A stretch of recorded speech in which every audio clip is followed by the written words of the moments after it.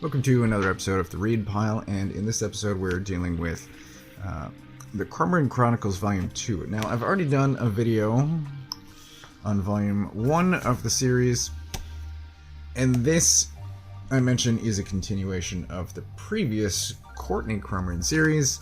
There were 7 volumes of this. Now, having just finished reading this, I am not sure... Yeah, I'm still not sure whether or not it's beneficial to have read the previous series or not. It is certainly beneficial to have recently reread Volume 1. There's certain, well, it's obviously a continuation of previous events, but there are returning characters. There are also returning characters from the previous series. So, if you want to know more information about what's happening with these characters, you can check this out, or you could stay in the dark just as much as Will is here because he wasn't around for those events. That's entirely up to you. However, I highly recommend the Crumrin series. I've been praising this for many years. So in this is basically the government taking notice of the Crumrin children. We've got Courtney there, Will here, and, well, there's actually a kidnapping. But the government gets involved. They know that something is definitely off with the Crumrin children. They know that the parents are not an issue.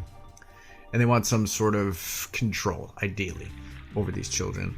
Because there was a previous government program dealing with the supernatural, and that has gone defunct over the previous decades. So the government wants to get involved.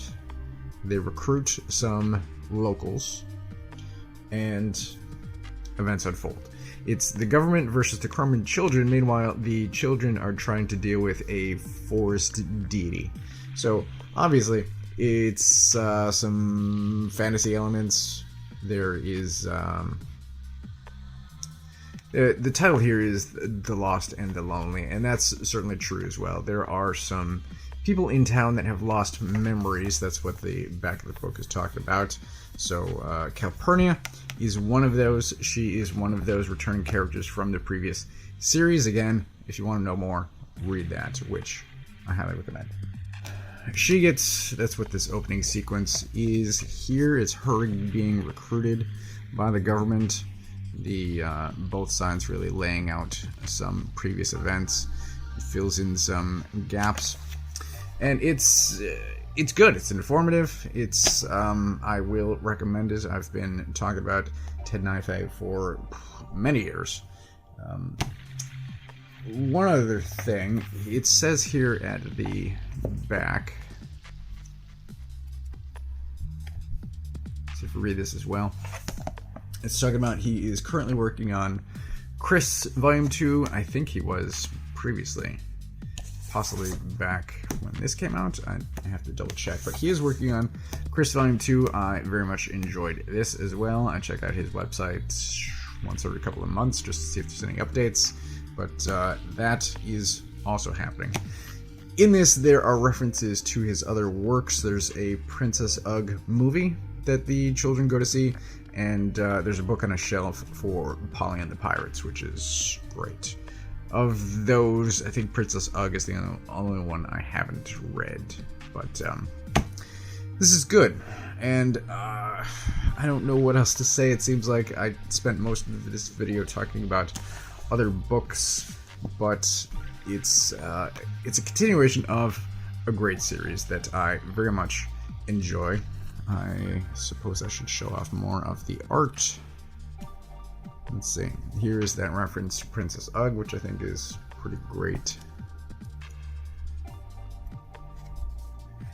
There is Will and his teacher breaking into Courtney's room. Just take a look at that.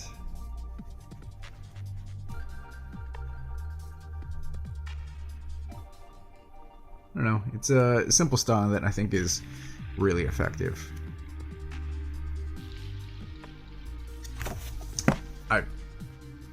I've said it many times in this video alone, but I very much enjoy Ted's work, the Crumrin series.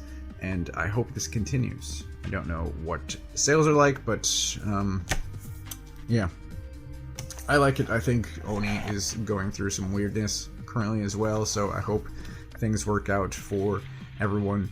But I really hope that this series continues, and I hope that I get to read this for many years to come.